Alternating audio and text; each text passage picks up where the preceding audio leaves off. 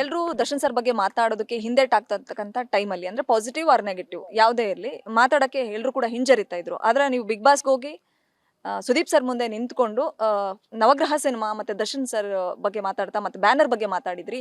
ಆ ಟೈಮಲ್ಲಿ D boss fans ಇದರ ದಿಸ್ ಇಸ್ ದ ಗಟ್ಸ್ ಅಂತ ಮಾತಾಡಿದ್ರು.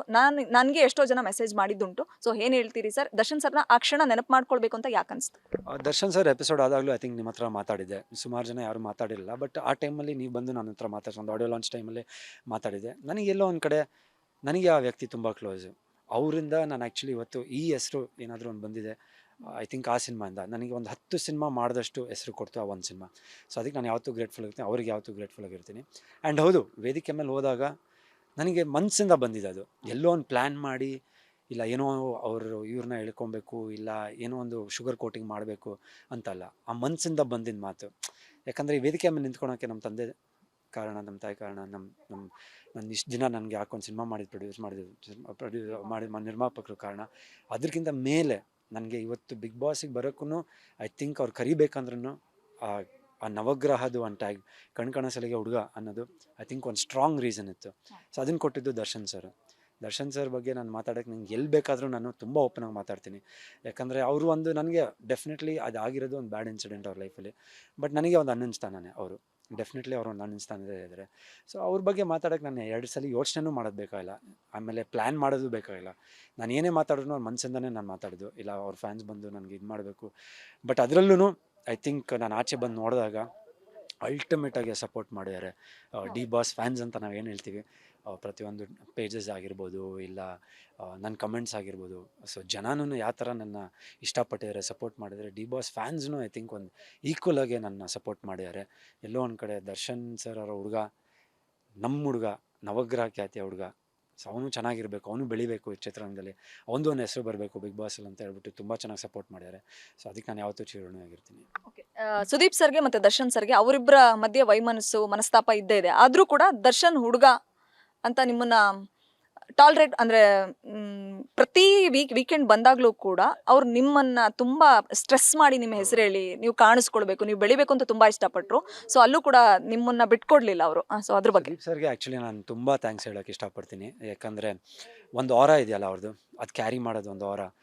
ಬಿಗ್ ಬಾಸಲ್ಲಿ ಸ್ಯಾಟರ್ಡೇ ಸಂಡೇ ಬಂದರೆ ಕಾಯ್ತೀವಿ. ಸ್ಯಾಟರ್ಡೇ ಸಂಡೇ ಬಂದರೆ ಸುದೀಪ್ ಸರ್ ಬರ್ತಾರೆ.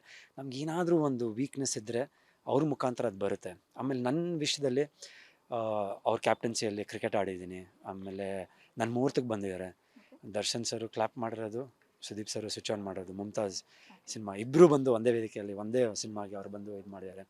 ಸೊ ಐ ಥಿಂಕ್ ನಾನು ಅದನ್ನೆಲ್ಲ ನಾನು ಯಾವತ್ತೂ ಮರೆಯೋಕ್ಕಾಗಲ್ಲ. ಸೊ ಸುದೀಪ್ ಸರ್ ಬಗ್ಗೆ ಹೇಳ್ಬೇಕಂದ್ರೆ ಐ ಥಿಂಕ್ ಧರ್ಮ ಅಂತ ಬಂದಾಗ ಎಲ್ಲೋ ಒಂದು ಕಡೆ ಅವರು ಇನ್ನೂ ಇದೆ, ಇನ್ನೂ ಒಂದಿದೆ, ಇನ್ನೂ ನೋಡಿದ್ದೀನಿ ಈ ಹುಡುಗನಲ್ಲಿ, ಏನೋ ನೋಡಿದ್ದೀನಿ, ಇನ್ನೂ ಇದೆ, ಸ್ವಲ್ಪ ಬ್ಲೂಮ್ ಅಪ್ ಆಗು ಧರ್ಮ. ಆಮೇಲೆ ಡೈರೆಕ್ಟಾಗಿ ಹೇಳ್ತಾಯಿದ್ರು, ಧರ್ಮ ICU-ಯಲ್ಲಿದೆಯಾ, ಇನ್ನು 3-4 ವೀಕ್ಸು ಓಪನ್ ಅಪ್ ಆಗು, ನೀನು ಮಾತಾಡು, ನೀನು ಇದು ಮಾಡು. ಎಲ್ಲೋ ಒಂದು ಕಡೆ ಜನ ಇಷ್ಟಪಡ್ತಾರೆ, ಬಟ್ ನೀನು ಇನ್ನೂ ಇದಾಗಬೇಕು. ಸೊ ತುಂಬ ಪ್ರತಿಯೊಬ್ಬರು ಸ್ಪರ್ಧಿಗೂ ತುಂಬ ರೆಸ್ಪೆಕ್ಟ್ ಕೊಟ್ಟು ಮಾತಾಡ್ತಾರೆ. ಪ್ರತಿಯೊಬ್ಬರಿಗೂ ಫ್ಯಾಮಿಲಿ ಥರ ನೋಡ್ತಾರೆ. ಸೊ ನನ್ನನ್ನು ಅದೇ ಥರ ಇದು ಮಾಡಿ, ಆಮೇಲೆ ಚಾಕ್ಲೇಟ್ ಅಂತ ಪ್ರೀತಿಯಿಂದ ಕರೀತಾರೆ. ಯಾಕಂದರೆ ಕ್ರಿಕೆಟ್ ಆಡುವಾಗ ಹೇ ಚಾಕ್ಲೇಟ್ ಅಂತಲೇ ನಂಗೆ ಕರಿತಿದ್ರು. ಸೊ ಅವ್ರಿಗೆ ನಾನು ದರ್ಶನ್ ಸರ್ ಬಗ್ಗೆ ಮಾತಾಡಿದಾಗ ಅವ್ರ ರಿಯಾಕ್ಷನು ತುಂಬ ಚೆನ್ನಾಗಿತ್ತು. ತುಂಬ ಚೆನ್ನಾಗಿತ್ತು. ತುಂಬ ಚೆನ್ನಾಗಿ ರಿಯಾಕ್ಟ್ ಮಾಡಿದ್ರು. ಅವ್ರ ಬಗ್ಗೆ ಮಾತಾಡಿದಾಗ ಹಿ ಫೆಲ್ಟ್ ವೆರಿ ಪ್ರೌಡ್. ಯಾಕಂದರೆ ಬಂದಿದ್ದ ರೂಟ್ನ ಮರ್ತಿಲ್ಲ ಇವನು ಇಲ್ಲಿ ವೇದಿಕೆ ಮೇಲೆ ನಿಂತ್ಕೊಳಕ್ಕೆ ಒಂದು ಮುಖ್ಯ ಕಾರಣ ಹೇಳಿದಾನಂತ ಅವ್ರ ಎಕ್ಸ್ಪ್ರೆಷನ್ಲೇ ಗೊತ್ತಾಯ್ತು. ಅವ್ರು ಹೇಳಿದ ಮಾತು ಫ್ಯಾಂಟಾಸ್ಟಿಕ್ ಅಂತಲೂ ಒಂದು ಮಾತು ಹೇಳ್ತಾರೆ. ಸೊ ಅವ್ರಿಗೆ ಆಮೇಲೆ ಅವ್ರಿಗೆ ಅದು ಏನಿದೆಯೋ ಐ ಮೀನ್ ಅದು ಫ್ರೆಂಡ್ಶಿಪ್ಪು ಇಲ್ಲ ಇದು ಅದಾಗಿರೋದು ಅದು ನನಗೆ ಪರ್ಸ್ನಲಾಗಿ ಏನು ಗೊತ್ತಿಲ್ಲ. ಬಟ್ ಅವರು ಯಾವತ್ತೂ ನನ್ನ ದರ್ಶನ್ ಹುಡುಗ ಅಂತ ಹೇಟ್ ಮಾಡಲಿಲ್ಲ, ಚಾನ್ಸ್ ಇಲ್ಲ. ದರ್ಶನ್ ಸರ್ ಜೊತೆ ಇದ್ದೀನಿ ಅಂತ ಮೋಸ್ಟ್ಲಿ ಇನ್ನೂ, ಯಾಕಂದರೆ ಅವ್ರ ಜೊತೆ ನಾವೆಲ್ಲ ಒಂದು ಟ್ರಿಪ್ ಹೋದಾಗ, ಮಡಿಕೇರಿ ಹೋದಾಗ ಬೈಕ್ ರೈಡಲ್ಲಿ ಸುದೀಪ್ ಸರ್, ದರ್ಶನ್ ಸರ್ ಎಲ್ಲರೂ ಜೊತೆ ಹೋಗಿದ್ವಿ. ಇನ್ನೂ ಕಣ್ಮುಂದೆ ಇದೆ ಆ ಮಳೆಲ್ಲ ನೆಂತ್ಕೊಂಡು, ಆ ಚಳಿನಲ್ಲಿ ಎಲ್ಲ ಗ್ಲೌಸ್ ಬಿಟ್ಕೊಂಡು ಹಿಂಗೆ ಅಂದ್ಕೊಂಡು ಒಂದು ಮನೆಗೆ ಹೋಗಿದ್ದು. ಆ ವೀಡಿಯೋಸೆಲ್ಲ ಇದೆ, ನಾವೆಲ್ಲ ಜೊತೆಗಿರೋ ವೀಡಿಯೋಸು. ಸೊ ಐ ಥಿಂಕ್ ಅವ್ರಿಗೂ ಒಂದಿದೆ, ಈಸ್ ದರ್ಶನ್ ಹುಡುಗ, ದರ್ಶನ್ ಅವ್ರ ಜೊತೆ ಬೆಳೆದಿರೋಂಥ, ಅಂದರೆ ಆ ಇದರಲ್ಲಿ ಬಂದಿರೋಂಥ ಹುಡುಗ. ಸೊ ಅವರು ಅದನ್ನು ತುಂಬ ರೆಸ್ಪೆಕ್ಟ್ ಮಾಡ್ತಾರೆ. ಎಷ್ಟೊಂದು ಸಲ ನನಗೆ ಹೇಳಿದ್ದಾರೆ, ಲೈಕ್ ಎಷ್ಟೊಂದು ಕೆಲವೊಂದು ಸಮಯದಲ್ಲಿ ಎಲ್ಲ ಚೆನ್ನಾಗಿದ್ದಾಗ ಅಂದರೆ ಅವ್ರ ಬಗ್ಗೆನೂ ಕೇಳಿದ್ದಾರೆ, ಹೆಂಗಿದ್ದಾರೆ ಏನು ಅಂತ ಹೆಂಗೆ ಕೇಳಿದ್ದಾರೆ. ಸೊ ಈ ಥರ ಒಂದು, ಆಮೇಲೆ ಕ್ರಿಕೆಟ್ ಆಡಿದಾಗ ಜೊತೆಗೆ ಕ್ರಿಕೆಟೆಲ್ಲ ಆಡಿದ್ದೀವಲ್ಲ ಜೊತೆಗೆ, ದರ್ಶನ್ ಸರು ಆಡಿದ್ದಾರೆ CCL. ಸೊ ಇದೆಲ್ಲ ಬಂದಾಗ ಅವ್ರಿಗೆಲ್ಲೋ ಒಂದು ಕಡೆ ಇದೆ ಅದೊಂದು ಹಿಸ್ ಬಾಯ್. ಸೊ ಅವ್ರಿಗೆ ಒಂದು ಇದಿದೆ, ಒಂದು ಲವ್ ಆ್ಯಂಡ್ ಅಫೆಕ್ಷನ್ ಇದೆ, ನನ್ನ ಮೇಲೂ ಅದಿದೆ ಒಂದು ಲವ್ ಆ್ಯಂಡ್ ಅಫೆಕ್ಷನ್.